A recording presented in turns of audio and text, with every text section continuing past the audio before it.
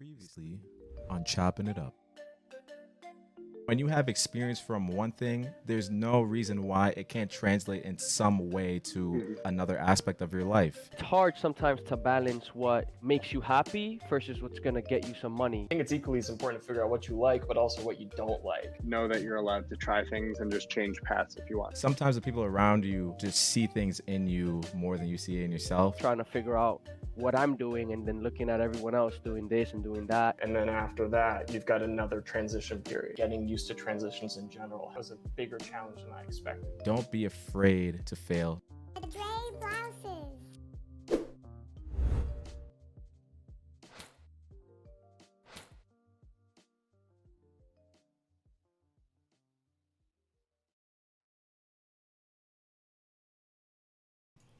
Welcome. It's episode 8 of Chopping It Up. How we doing, everybody? Hope y'all are doing well. Hope y'all are enjoying your Wednesday night, getting over the hump with us. As per usual, we got my regular host with us. How we doing, boys? Hello. Doing good. Nice. Good to hear. That's what we like to see. Thank you, everyone, for joining us once again. We appreciate you always. One thing that I've been hearing lately is, oh man, I missed the last episode of Chopping It Up. I don't know if I could watch this one. Don't worry about that. Think of it as like your regular old podcast or talk show, anything like that. If you're in there one week and you missed the week after and you're thinking, oh, can I listen to the one that's coming up in 2 weeks? You definitely can. They're connected, but they definitely stand alone. So never feel like you have to go binge watch or anything like that. Just come in, join the conversation, be a part. We definitely appreciate you. So For sure. today, lots of stuff for the black community lately. Lots and lots of stuff. I mean, we discussed everything with sports coming back, and we've seen a lot in sports. We've seen a lot in the news. I mean, we have a potential vice president coming up, so that's something. A couple other calamities here and there that have occurred over the last week, but we started the show 2 months ago talking about the Black Lives Matter movement and what happened after the killing of George Floyd. And we thought that it was a good thing to revisit it today because, things pop up, people get that fervor and they really want to do something like, oh, this isn't right.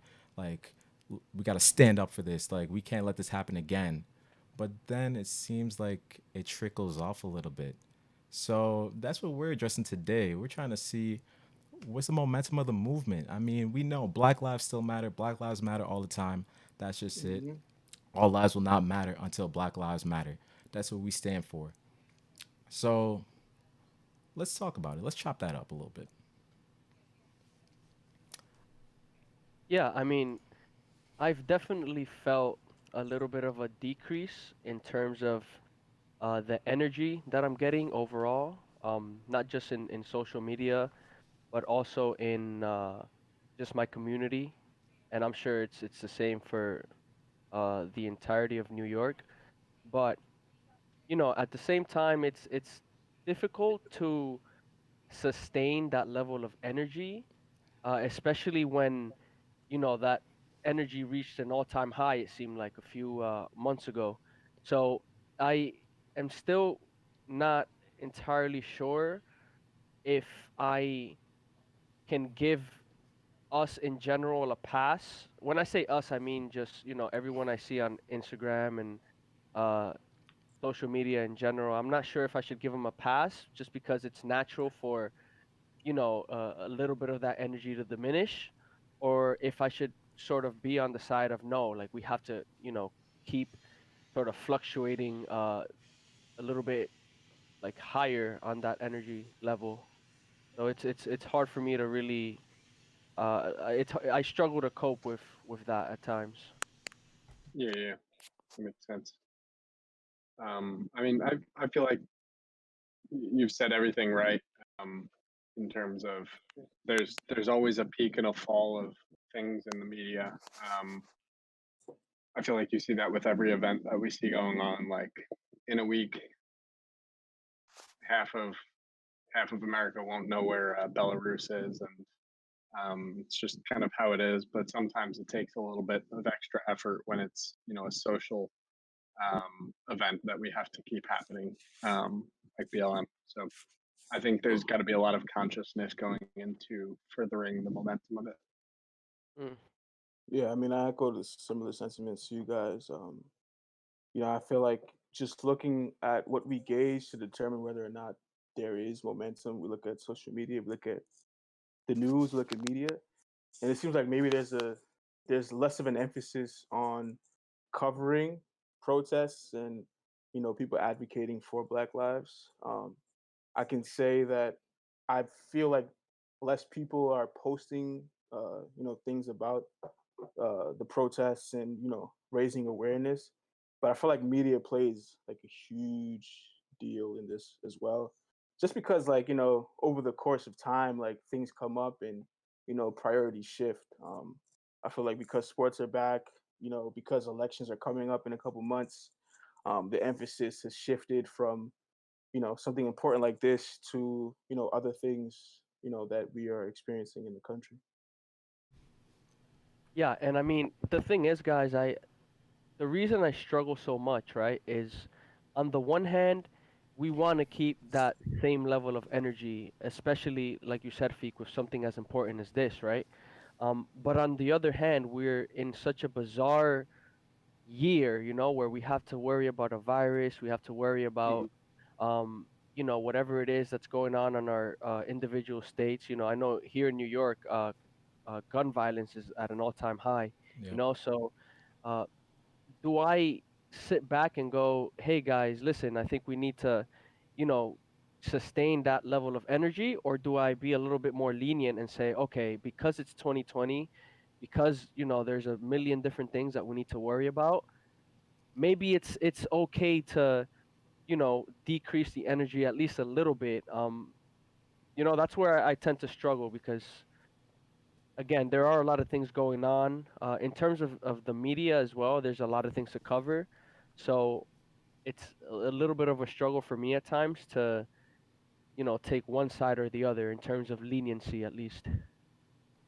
That's a good point. I mean, you never know the other person's schedule and stuff like that, but I think you still always have to have this consciousness, even just going about your day to day life or something like that. Hmm.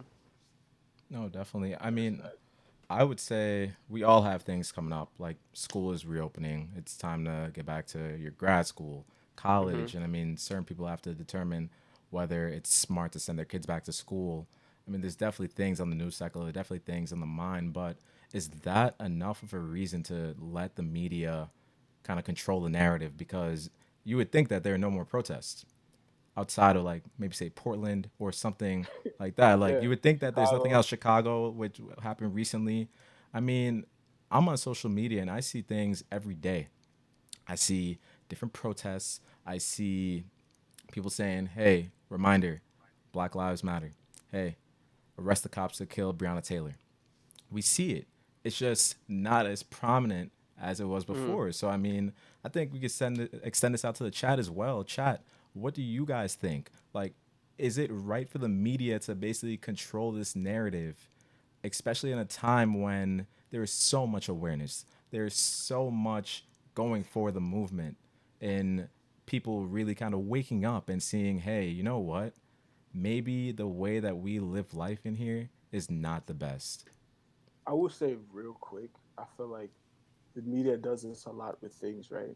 Things turn into, this trend or this fad, and they throw all their attention to whatever is trending in the world, and they cover that for however much time they need out of it to get views, and then just kind of discard it. Hmm. Um, I feel like this though is a different kind of thing because this is a real life issue that we've been dealing with for hundreds of years. And, I feel like Black Lives Matter has been around for several years, and this has been the one true moment or, time in history where, like, we're having the strongest effect on people that may not necessarily be related to the cause or related to the issue. And I feel like there should be more coverage of it, especially when you turn on your TV and tune into these news outlets. And what advice would you guys give to the viewers out there in terms of like staying active on this? In terms of staying active with like having the same energy. Yeah, and having, active efforts and tangible things coming out of it rather than, Yeah. of course you can Mhm. always have a mentality, but how do you have something tangible over a long extended period of time? Right. Well, going along with what my guy James Donahue said in the chat, a very simple thing we can all do is vote, right? Not just on the national level, but also on the local level. So that's something that I can actually wake up and, go do. Um, as well as, to continue to put out the same kind of resources that uh, we were putting out months ago. But I think a big thing is that we have to still. I know you said that one on the one hand it's a mentality thing, on the other hand there's actually things you have to do. But I think the mentality aspect of it is very important, because at the end of the day that's what comes first. Uh, you can't take an action without having that mentality and intention first. So if we can all take time individually, make the individual effort to remind ourselves that this is still an issue, and that there are ways that we can help by signing petitions, continuing to sign petitions, continuing to donate, Mhm. continuing to learn about things. That's something that we can all do on an individual level. That there's really no excuse to not do. You know.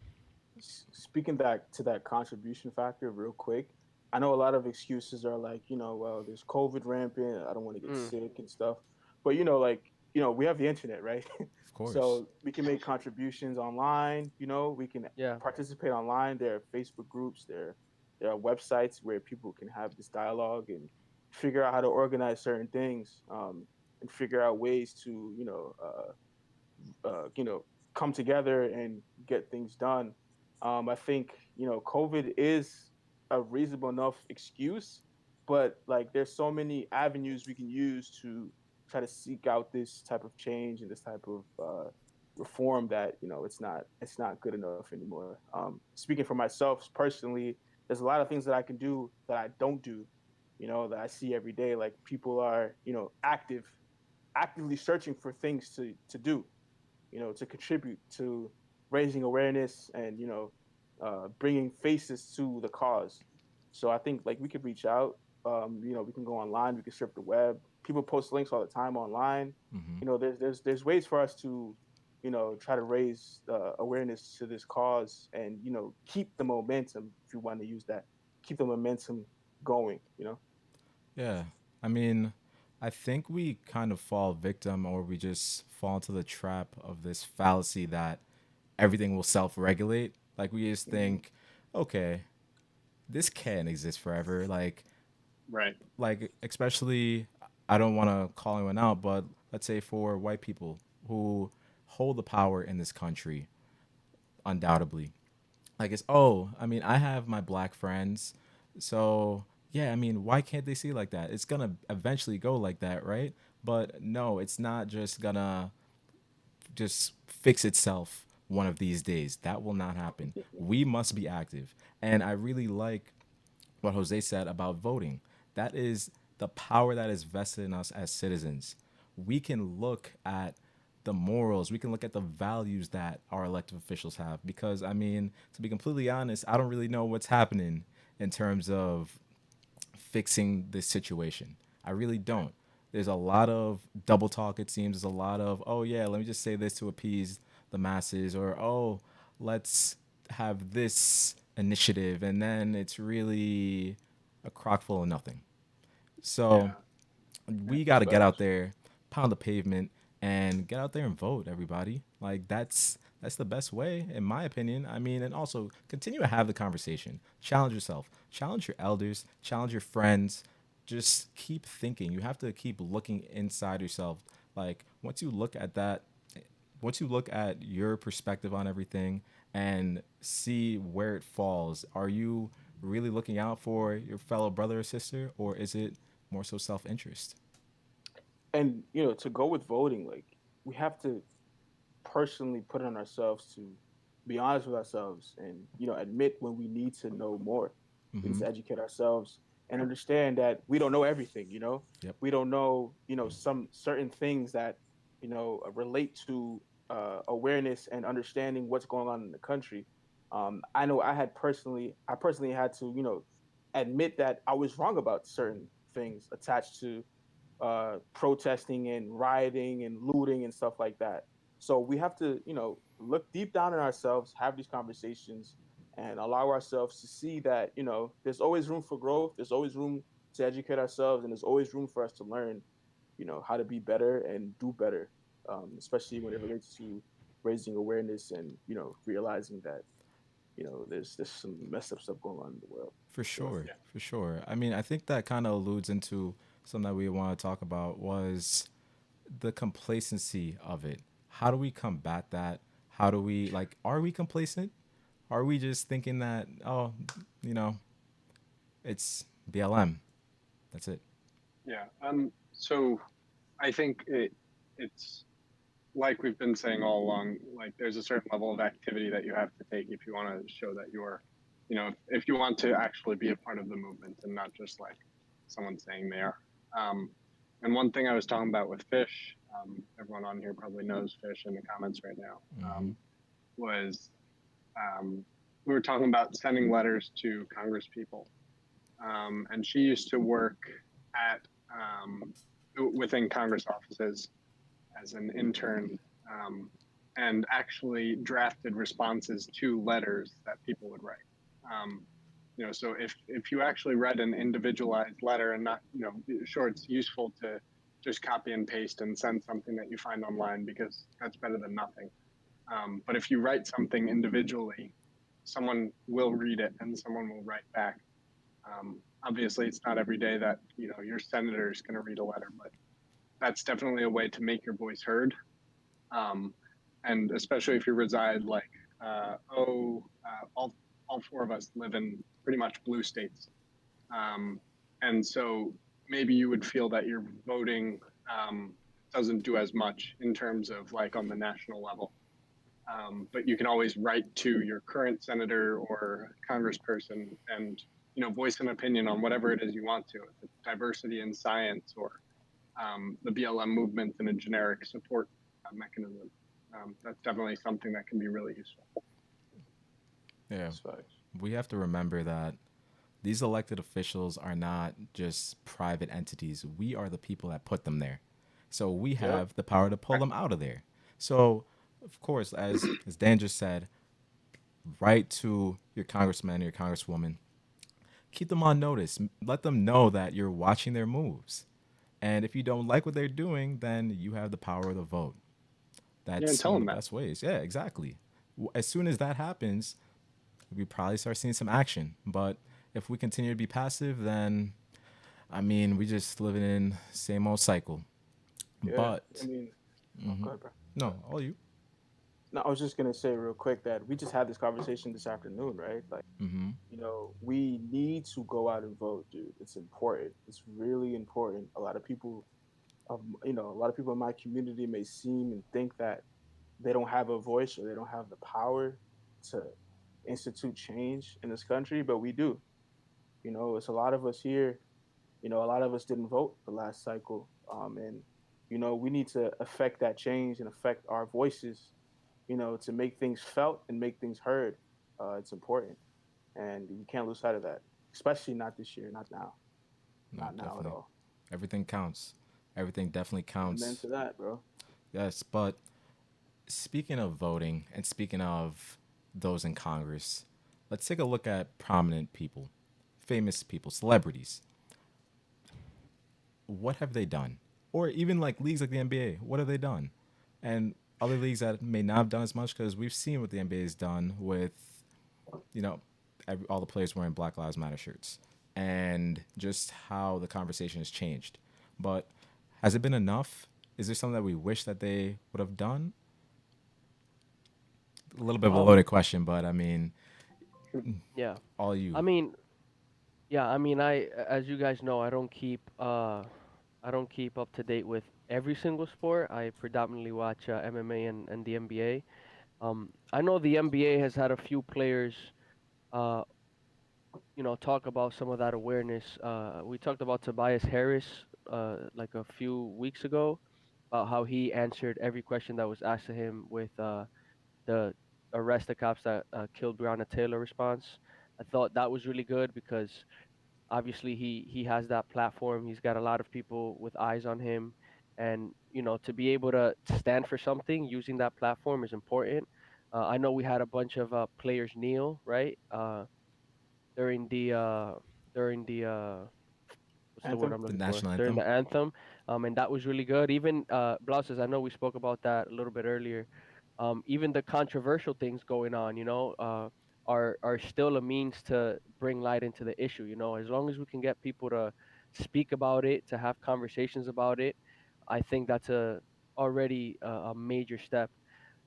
But to answer that question specifically, I still don't think that enough has been done. Just because I am of the belief that these athletes have tremendous influence, like tremendous. Like a lot of kids growing up idolize a lot of the athletes. LeBron and Curry and whatever sports Giannis. league, Giannis, Melo if you're Neo Conte, but a lot of I don't. I think Mini Mello. it goes under the radar how big their platform is and how much of an impact they can actually make. And I just feel like, they need to do a little bit more in using their platforms just because I feel myself reading about sports and not having that issue come up enough. So that's just how I feel generally about it. What do you guys think? I mean, I'll just say this. I appreciate what the NBA players are doing through this quarantine and this bubble kind of phase in the league. I actually watched. I don't know if you guys know. There's a 76ers player, Matisse Thybulle. He has like kind of like a YouTube segment that goes on where he records the bubble, and players like Tobias Harris are having these conversations with their teams, and they're trying to game plan ways to you know create some type of noise and raise awareness for these issues. You see the players coming in through the tunnel with their "I Can't Breathe" shirts, and these guys are in tune with what's going on. I hope that other leagues are able to take note, especially like the NFL with much more players, Yeah. maybe an even bigger platform because it's such a highly regarded sport in this country. I hope that they're able to take from that, and I hope that other people, in the sphere of idolization, like celebrities and actors, people that we see that we look to for their opinions and their advice, are able to take steps from these athletes. You see, LeBron James isn't afraid to talk about these things. Giannis was out there protesting with regular people like us. These Hmm. guys That was are good. relatable, dude. It's really good to see people standing next to us doing the same things as us. You know, they're not in their own, for lack of a better term, bubble. They're with us. Hmm. So that's always relatable. That's always delightful. It's relatable, and it's a good thing to see. And I hope that people continue to do that, and they continue to make noise. We got to keep making noise, man. We cannot stop making noise. I'm gonna keep saying that all this episode. We can't stop making noise. We got to keep doing it. It's working. Um, what do you guys think, to pivot from sports to politics? Maybe the biggest platform of the week is our girl, Mrs. Harris. Um, Kamala Yeah. Harris. what do you guys think about her past and as a prosecutor, someone that prosecuted obviously a lot of black people, um, and how that's really used by the media a lot in terms of negatizing a lot of the things that she's trying to do now. What are your thoughts on that? I've got a lot to say, so I want to hear you guys talk about it. Oh man. Uh, See if you have any thoughts. any thoughts? I mean, I know that was something that was really at the forefront during the debates, and people really saw her as kind of a, what's the best word? She's not really with the times in terms of what her background as a prosecutor shows. It That's funny. really doesn't. Uh, I don't want to like say chastise or anything like that, but it just wasn't as progressive as we see now, where a lot of these issues are related to police brutality, and a lot of them are like the whole law and order shtick isn't as powerful as it was, say, way back. Like, say, when Nixon Right. won, Nixon ran on Law and Order and became president. And So, so did Clinton to an extent. Yeah, he did. Yeah. so that whole framework of law and order doesn't really fit. That glove does not fit right now. So it will be interesting to see how she evolves with it and how she listens to the American people, because at the end of the day, she has the potential to be the second highest in the executive. She holds a lot of power, and especially as a black woman, I know that a lot of the black community will be looking towards her as a beacon of hope and as a liaison to try to effectuate what we need and try to say raise us into a spot where we're viewed equally. So that's kind of where I stand on that. I think it's just going to be interesting to see how she evolves over these next few months. And then I guess we'll see what happens come November and if it's for the next few years. So something I wanted to make an analogy to. Um, uh, Neo just wrote in the chat. Funny thing is, she referred to herself as a progressive attorney.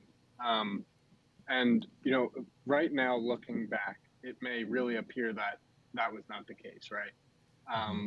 But one contextual piece that we have to look at is what progressive meant in the days when she was first elected as an AG.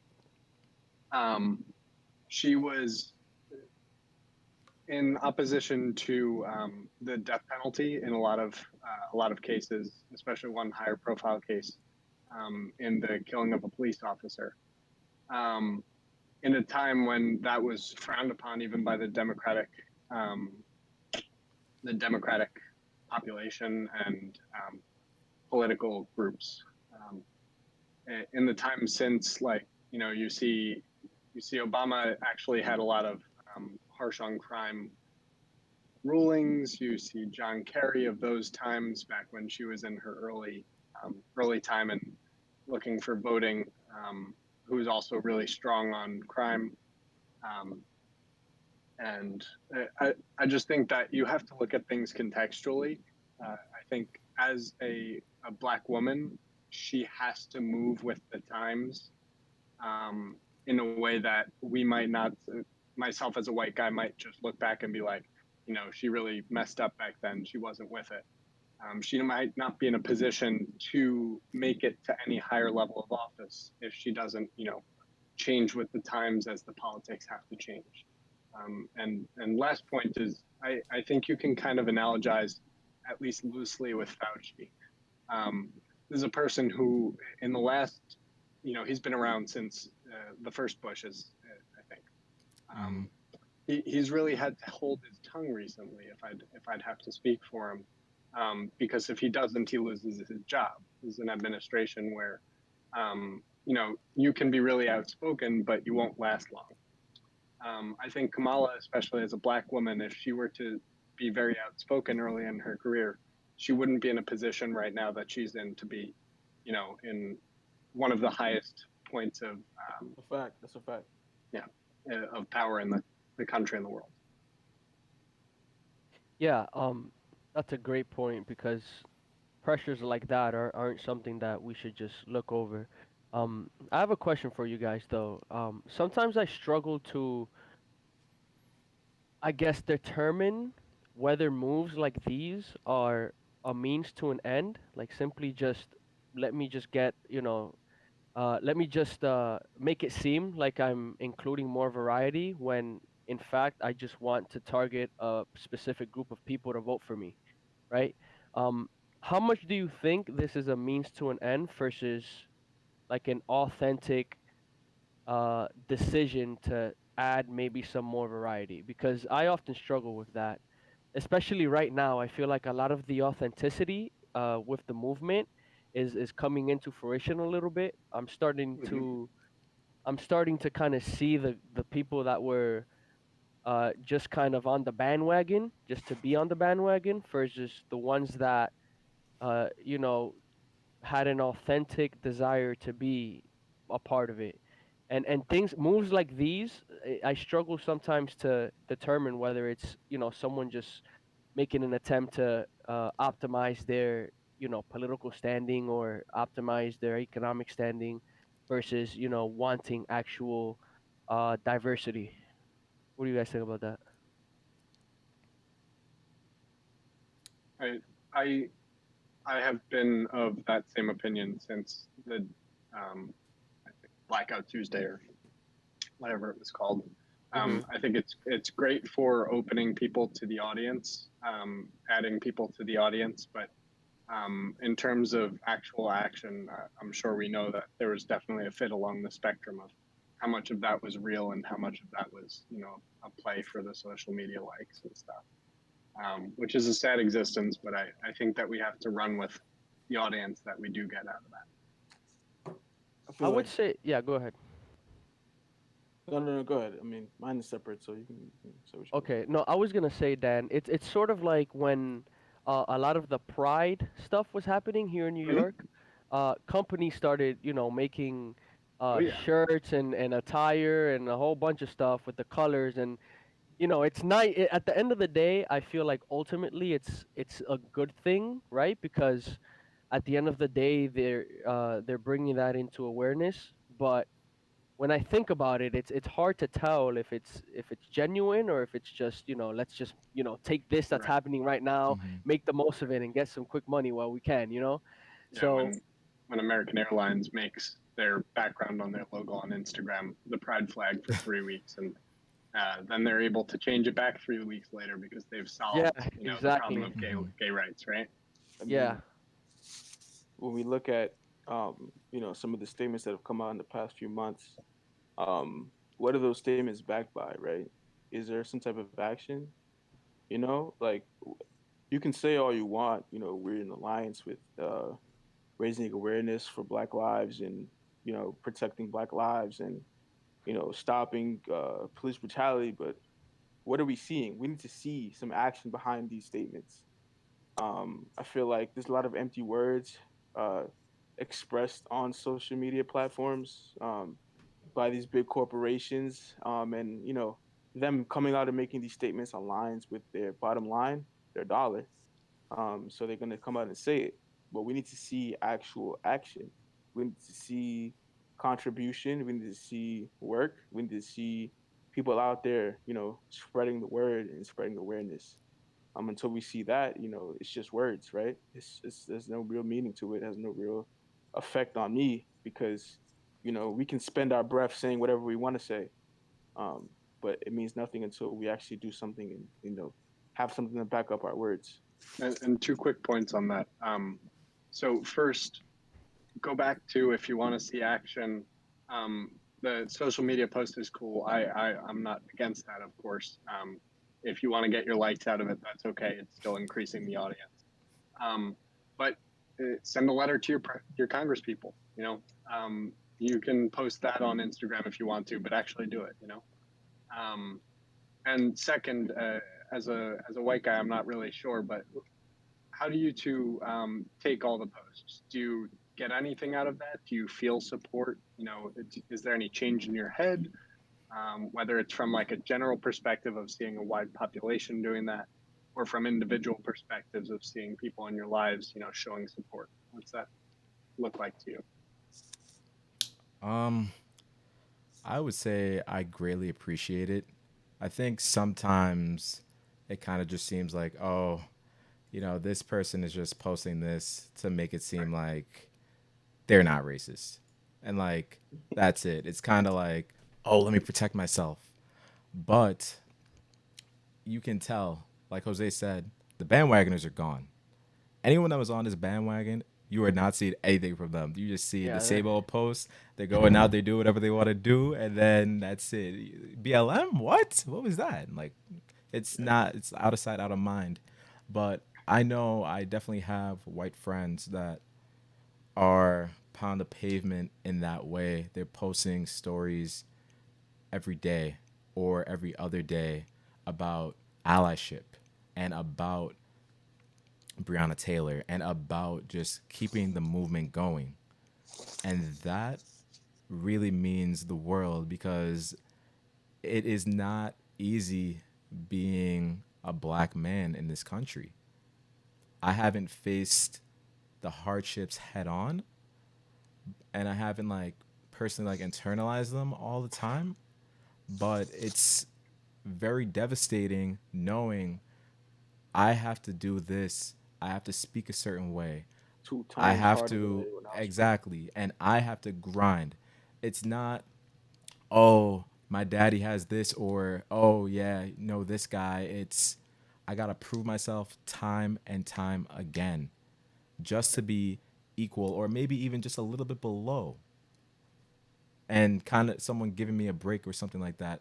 So the people that are constantly posting, the people that reach out, I've had a number of people reach out and just say, "Hey, how are you doing?" And hey, you know, like I sat on the bench with you during basketball, and I really didn't recognize the hardship that you have to go through, and I'm sorry for that. And please let me know what I can do to be a better friend to you and really work towards striving for equality. So those things I greatly appreciate, but the people that's doing it for show, I mean, real recognize real. We can definitely tell that you're not really about it. So I mean, you know what? It's time for you to pick up a book, reevaluate your life, and see what really matters to you. Honestly, like put down the phones, pick up a book. Come on. I mean, don't get it wrong. You know, any noise is probably good noise at this point. hmm I feel like um, we see this a lot, right? Like since Black Lives Matter has been a term itself, right? You know, there have been people that have come out and said, you know, we need to do this, we need to do that, we need to do this, we need to do that. I feel like now is the point where we need to see some type of action. Action for myself personally. I know like I there's so many things that I can do personally, you know, to make a positive impact that I'm not doing, and just action from the people that are spreading these you know these posts and talking. I think we need to have some action behind our words, especially at this moment, and you know they need to mean something. Um, I can say anything I want. You can say Yeah. anything you want. Um, what does it really mean? You know, what's behind that word? What's behind that speech? What's behind the saying? You know, that's what we need to get at. And you know, kudos to all those people that are busting their ass every day, trying to you know learn more, trying to be better people, doing better, doing more than me. I can say that. I appreciate you guys. You know, you guys are putting your asses out there. You know, working hard, and you know, making a sacrifice that some people can't make. And I appreciate you guys. And you know, I just hope that you know we can continue to uh, have meaning behind our statements and meanings behind you know what we say and what we do. It's important. Yeah. Agreed. Definitely. I mean, I think it's just, as I said before, looking inside yourself and seeing what you can do. We can all do a lot. Like, we all have value in this world. We all have a voice. We all have a platform. Maybe to one, two, three, 1,000, like 100,000. We can really make waves, and it's really what we do with our platforms. So get out there, as we said, write to people, keep posting, keep being an ally, keep fighting the good fight, and we'll see where we end up. That's facts. Yep. So we have a lot of chats in here.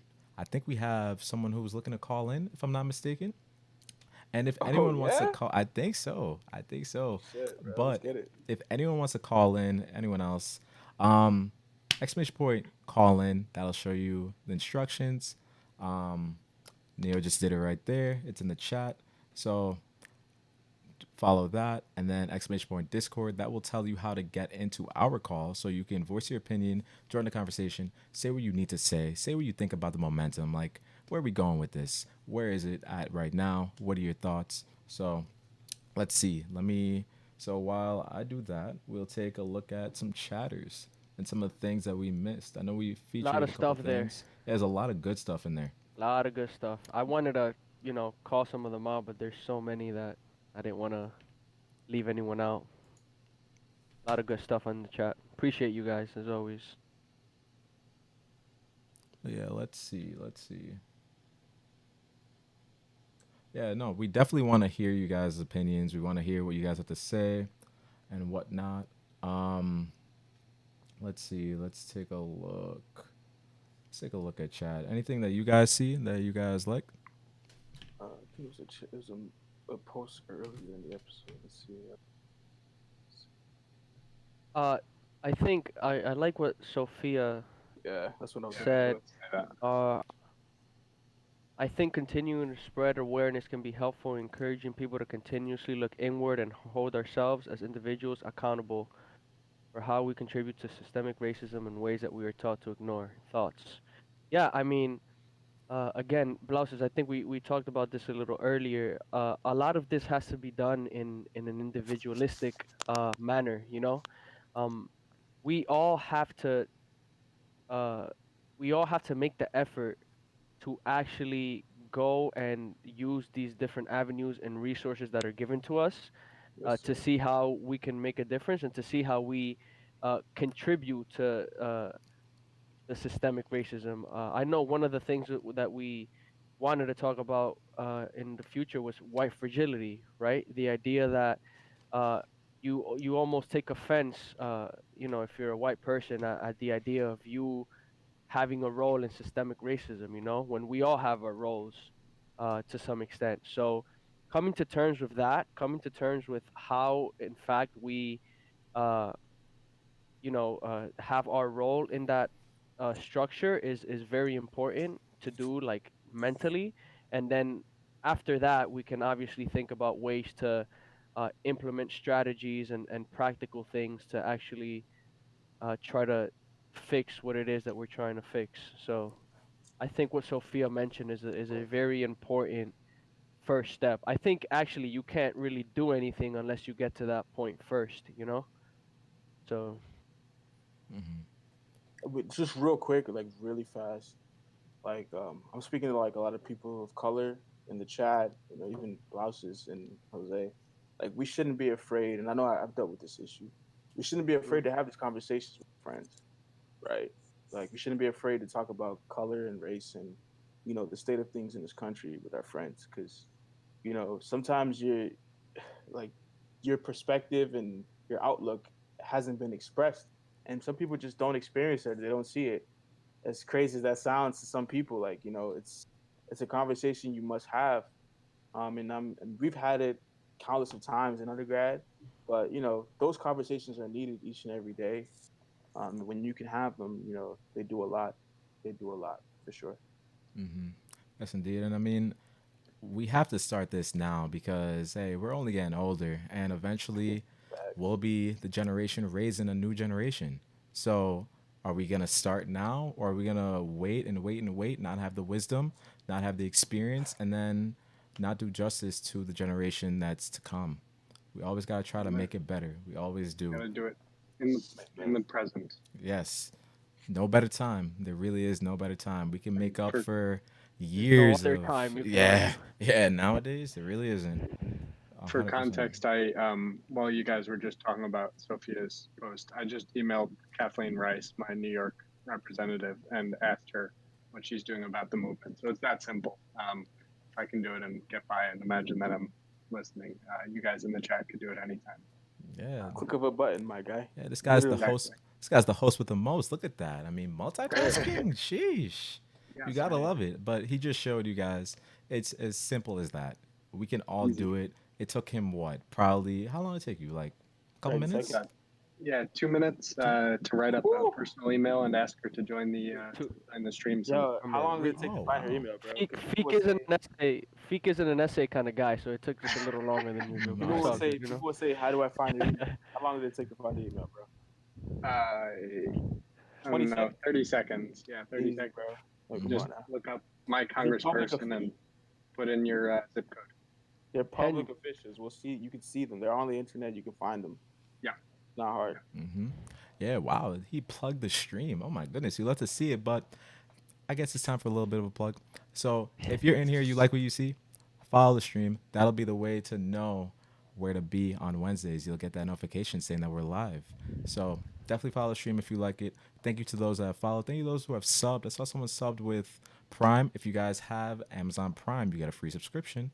So, why not use it on us? Why not? It's Easy. free. I mean, you got Amazon Prime, right? A lot of us do. So you might just have one. So It's kind of a necessity at this point, right? I mean, Prime in this day and age. Come on now. Yeah. I ain't going out. Come on, man. Yeah. Speaking Also, of- guys, if you enjoy the episode, we have previous episodes on Blouse's YouTube channel. Blouses, Blouses. Check them out. That They're all or there. Clips or the Instagram chopping it. We have some highlights of the episodes. You can check them out if you appreciate what you're watching and what you're seeing today. or hit that search bar. Blouses, chopping it, chopping. I mean, we got all them tags. So any of Easy. those, Come on, any of guys. those work. So Easy. that's the best way to find anything if you missed it. And yeah, let's get after it. Why not? But I see that we have our caller in here, Mr. Doe. You here? Let's see. Oh shit. Am I in? Yep. Welcome to the show, my Dean Lord. Doe. Dean, Boys, we have just been blessed with his presence. a king. No. I told you. A royal poofsmith serving his poor wife. Man's always got something to say. I know. Oh, So, Dean, The What's poor good, Dean? wise man. Look at y'all. That's Prophet's King for a little bit. That's great, man. That's great. It's a great message. There's a lot y'all covered. Like a lot. and there's a lot to cover generally, so it's we're trying our best here to hit all kind of angles. Yep, it's tough. I mean, everybody wants a holistic view, right? But Mm. changes what we're going for, and that's not very easily achieved. So good on y'all. Thank you, Appreciate sir. man. Thank you. So, what are your thoughts? What are your thoughts on what's going on? Like, do you think that the return to sports, just coronavirus, anything? I mean, the media cycles, has it stunted the momentum that we've had? Like, where are you at with this right now? I don't think it's stunted the momentum that we had. I think it's more exposed the closet racists in the first place. Because Yeah. Black Matter isn't so much a race thing as people think. It's an empathy thing. Basic empathy. I cover this in a podcast episode I have yet to post.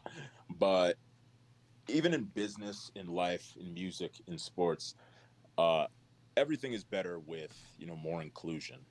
Yeah. So same people that bark back all lives matter as a sort of compulsory threat because you said Black lives matter, those are the people with the issue and the lack of empathy that don't really understand what Black Lives Matter is about in the first place. Because saying all lives matter is, I mean, it's like it at this point it's just too banal a platitude to stand. It's obvious. It's an obvious thing that all lives matter. And if all lives matter, all lives can't necessarily matter if Black lives don't matter. Right? Yeah. Yep. You would think. So you would think, but common sense isn't all that common. If you don't say. Yeah. So I think things are going in a positive direction. The momentum in general has definitely slowed just because of various distractions introduced.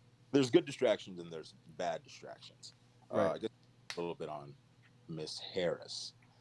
I'm a little apprehensive to clap at first because I try to view things from both sides as opposed to just going with your first instinct, because going with your first instinct is just uneducated in the first place, and you could end up with stratified results. You could have somebody who's angrier, doesn't have my disposition, say, okay, this is just a grab, a blatant grab for the black vote on the Democratic side, Yep. or, you know, labeling her an Uncle Tom because of all of the incarcerated people that she has put. I mean, all the people that she's incarcerated because of minor drug offenses, right? And that was just a sign of the times. And like you guys alluded to before, politics it's a game. It's a game, and you got to play the game to get ahead, right? Right. So, did we really know what was going on in her head? Did she really believe in it? Was she playing the game? Who's to say? I think that's really to be determined. But I like the idea of this sort of representation in that higher position. So I'll hold my applause until we see what's to be done. But so far, I'm neutral on that. What else? Dean, you said that you are happy about this representation. Is that what you said? I'm always happy for more inclusion and representation. I think if Yeah, you yeah, yeah. have such Absolutely. a grandiose statement like, for the people and by the people, if the people aren't adequately represented, then it's a Right. useless phrase. Right. So, Mhm. Yeah. email power, I, color I power. Go ahead. I agree with you. I think that we can measure the authenticity all we want, but at the end of the day, we do have, someone of color representing a very high position. So, like I said, we can discuss how authentic that decision was, and I know I brought it up earlier. Is it a means to an end versus, a conscious decision and effort to create diversity? Uh, but like you said, the fact that it's an application that's gonna stand is already, I think, good enough for us to not worry too much, at least because we can't really identify how authentic a person is when they make decisions such as these. Yep. Hey, Dean, real quick, what do you say to those guys that don't understand the message that Black Lives Matter? What do you What like? do I? How do you articulate the message that they matter? Because we see that a lot on social media. All lives matter, Mhm. Like, what is this Black Lives Matter talk? Like, I see that as nonsense. But what do you say to those guys? Like, how do you get them to understand that what they're saying is just absolute, like, BS? Dog shit. Well, that's Or one how do way. you explain to them that they're miseducated? Yeah. Well, I first explained to them that they're not a complete human if they have no sense of empathy. But imagine that you are a person of color. What would be going through your head right now? If they can't even fathom that, then that's a red flag. Mm-hmm. But let's say that they can fathom that. So you need to, because most of these people, I never want to mince words too much, and I love all people, right? I'm saying Mm-hmm. most people tend to be white, right? So the ones that scream back all lives matter. If you don't understand that you come from a certain position of privilege from the offset and don't recognize why these movements are different, then how would you feel if somebody knelt on your neck for 8 minutes and 40 seconds Mm. because you're black? Because you have to pose a very basic and open-ended question for them to usually wrap their minds around it. So how would they feel? Mm. That's what I would ask at first. Because it's not just the plight of black people and, oh, you guys have had it so easy or so good for so long. What Black Lives Matter means is simply a recognition of the equality of lives. In this particular case, Black lives just don't evidently seem to matter as much as any other life, as evidenced by virtually everything: Mm. the media, interest rates on a loan or a mortgage, Mm-hmm. Yeah. uh, Business. Yeah. definition of the hood and Mm. why the hood exists. All right. All of these things need to be really adequately covered in as few words as possible to get somebody to get to that first point of empathy. Because if you're speaking with somebody that's has no sense of empathy at all, is a total sociopath, then there's no reasoning with them in the first place. Yeah, I agree with that. If you have no empathy, it doesn't matter what What? you know, like Yeah, it's one thing to be ignorant about it and learn something new about it versus just not caring, you know? exactly. Like if I'm speaking to somebody with empathy, they will start to realize what I mean when I say that, fanciful phrases like all men are created equal are not evidenced by, any sort of legislation that we've seen or sort of professional development by race that we have seen. So evidently they are not created equal. But I know we're coming up on time. So any other quick things I could? Sorry, it took a while to answer that one. No, you're No, good, man. Nah, it's loaded, okay, bro. loaded question. Appreciate your the answer. Mm-hmm. Yep. Well, I appreciate you coming on. Thank you so much for your insight, my man. And it's always a pleasure. It's always a pleasure to hear what you have to say Appreciate you, and King Doe. your perspective on this because it really is a nuanced thing. I mean, for a lot of people. So kind of just unpacking it is definitely a powerful thing to do, and we appreciate you for that. Appreciate y'all having me on, man. Thank Love you, y'all. Always, bro. Dean. Yeah, Peace. always, Dean. Stay safe, bro. Yup. God bless. Everybody stay inside. Yes, You don't indeed. got you don't have to tell me that twice.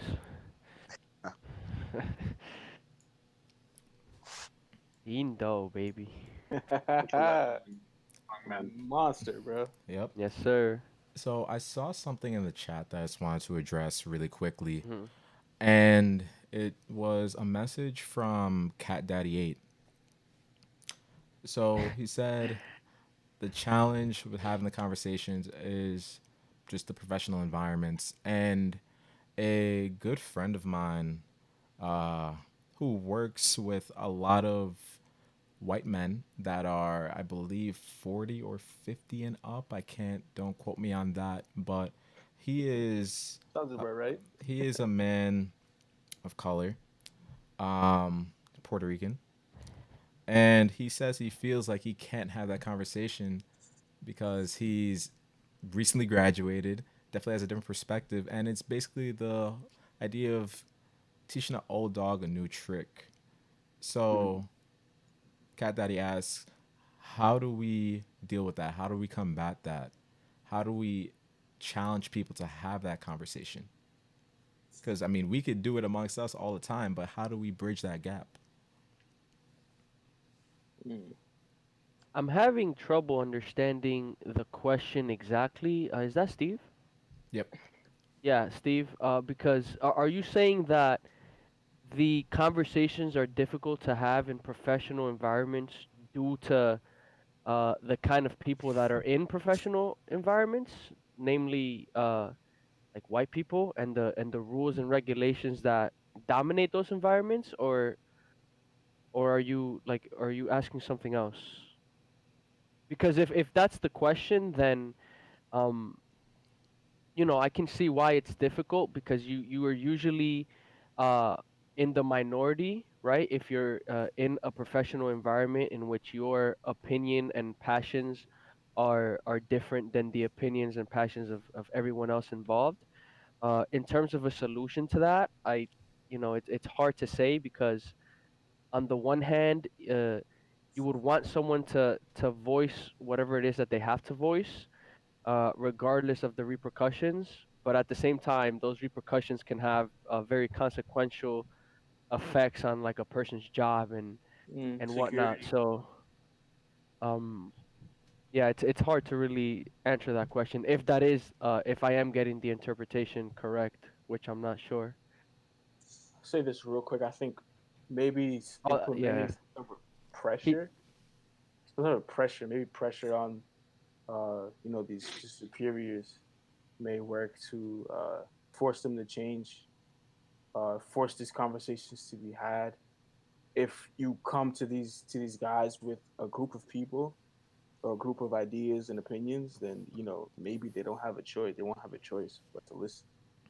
Um, that's probably the initial response I could think of. Other than that, cutting gets tricky, right? If you're trying to climb the quote unquote economic uh, ladder in your profession, and avoid being hurt, or being affected negatively because of what you say and Right, you're outspoken. how you act in the work field. I, Right. I I think think pressure. I think we've seen it at least. Pressure works in some facet, as long as it's like overwhelmingly, like an overwhelming amount of pressure. I think that works. But Yeah. yeah, Yeah, I agree. Koch says something really important. I think this can be often a place for allies with privilege to speak up, because mm, they won't receive the same consequences. Going along with that, I think the only thing you can do is to gather as many like people as you can to combat the issue with you, because I can't imagine, if you're solo doloing it, that being too successful in execution or in consequence. So if there's a way that you can gather the kind of people that have the same mindset as you, and do that collaboratively as opposed to just individually, I think that would be the best way to go. But at the same time, man, like it's difficult, especially if there aren't that many people that share the same opinions and mindset as you, because you have obviously family and loved ones to take care of, and it can mean losing everything for some people. So yeah, it's tough. It's really tough. It's based on context and what scenario yeah, and those people are in. it gets tricky when you don't have the ability to just like maneuver in terms of employment, right? Yeah, If you can't move and just get a new job, you gotta kind of be careful with what you say.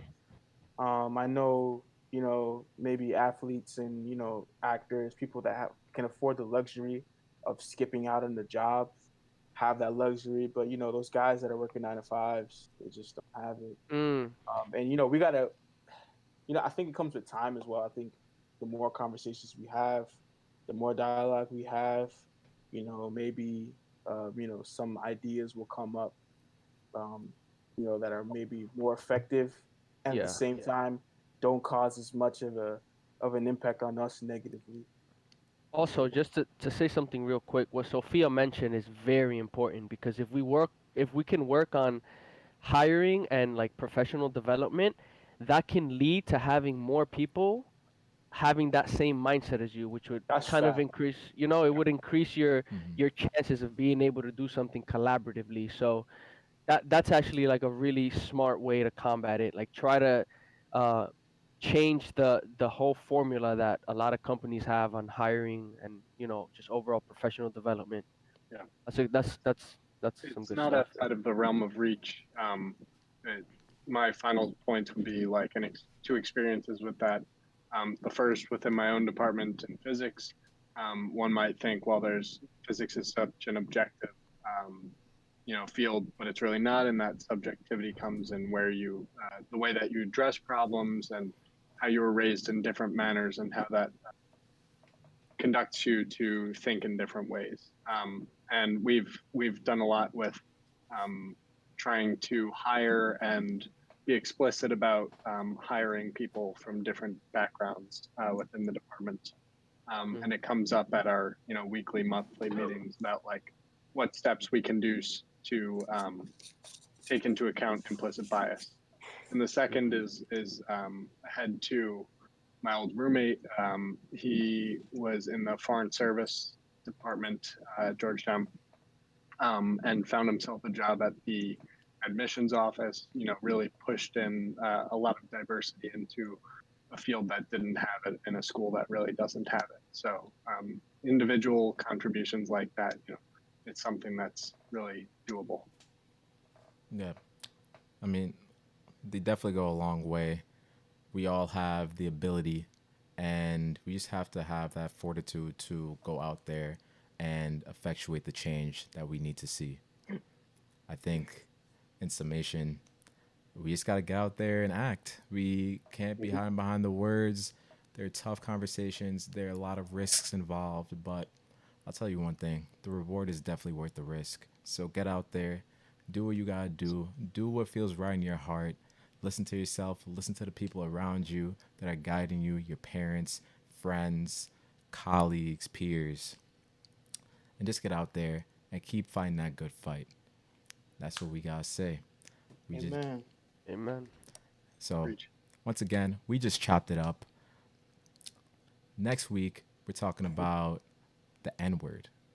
So be in there. It's gonna be a spicy one. It's gonna be a real hot one. Spicer, baby. Yeah. Bring your opinions. Bring anything you want to say. It might be a Every little opinion. uncomfortable for some people, but do not feel afraid. Your opinions are welcome once you are respectful. And I mean, hey, we got a lot of different opinions, man. No Got a one ever really good said. host for next Yeah. week. Yeah, we do. We Really got a good special guy. one. So Really good guy. be on the lookout on the Instagram. Be on the lookout on the YouTube. You may see a couple hints. You may see who our host is in a couple of days. But as Thanks for all the always, follows. yep. Thank you for the Road hero. follows. Yep. Yes, indeed. So thank you for all the follows. Thank you for being here. Thank you for being active as always. And we will see you guys next week for episode 9. It's nothing but love on this side. Catch y'all later. Love you guys. Shout out to you guys, yo. Shout out to the support. Good night, Thank America. you all. Thank you all.